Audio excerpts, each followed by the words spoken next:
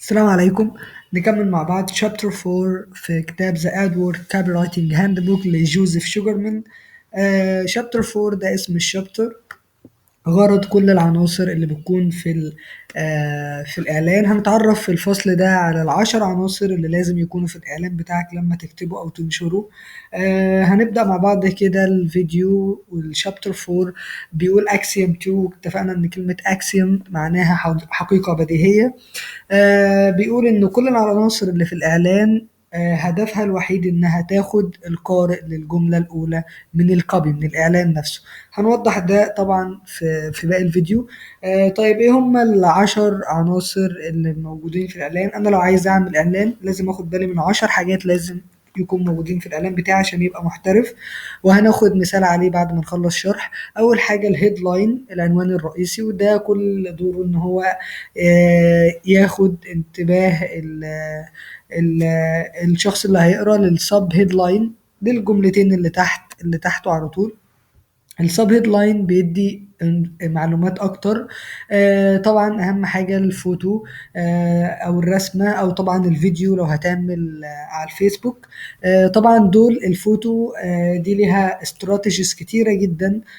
هنبقى نتكلم فيها بعدين في كورس لوحدها عشان تجيب CTR عالي. هنتكلم فيها ان شاء الله ونسيق وهنبلغكم بالتفاصيل في اخر الفيديو. الكابشن دي عشان توصف الصوره اللي انت حطيتها. الكوبي بقى وده اهم حاجة اللي هو نص الاعلان بتاعك. ده كل دوره ان هو يوصل او يقنع يوصل الرسالة الرئيسية بتاعة المنتج أو الخدمة بتاعتك للقارئ. في الباراجراف هيدلاين، وده إن هو يعني بيسهل أو بيقسم الكوبي لباراجرافات صغيرة. اللوجو ده رقم 7. اللوجو اللي أنت بتعمله طبعا ده مهم جدا عشان البراند بتاعك، اسم الشركة. تامن حاجة البرايس، السعر.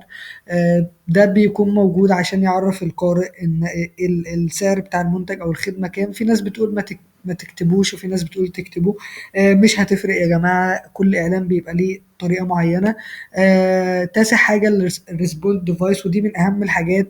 بعد ما خلصت كل ده لازم تدي للقارئ هو يتواصل معاك ازاي. وده اللي هو دور الريسبونس ديفايس اللي هي كول تو اكشن. بتسيب بقى رقمك او الاكونت بتاعك او الموقع او ايا كان اللي انت عايز الكاستمر يتواصل معاك بيه.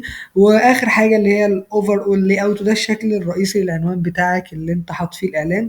هناخد مثال بقى على الاعلان هنا من الكتاب اللي موجود في جوزيف شوجرمان ذكره في الكتاب.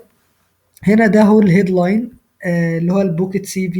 السب هيدلاين جملتين بيوضحوا او بيدوا معلومات زياده. بعد كده الباراجراف اللي هو بيشرح شويه عن المنتج ده. وادي الصوره اللي موجوده في الاعلان. بعد كده باقي العناصر الكابشن اهو، اللي هي الحاجات الكلمتين بيوصفوا الصورة اللي موجودة. الكوبي طبعا ده الأهم حاجة اللي هو النص بتاعك انت اللي انت بتوصل بيه الرسالة بتاعتك. وادي السعر هنا اهو. وادي اللوجو بتاع الشركة. وهنا الريسبوند ديفايس اللي هو سايب رقمه في آخر الإعلان. كده احنا خلصنا الفصل الرابع في الكتاب.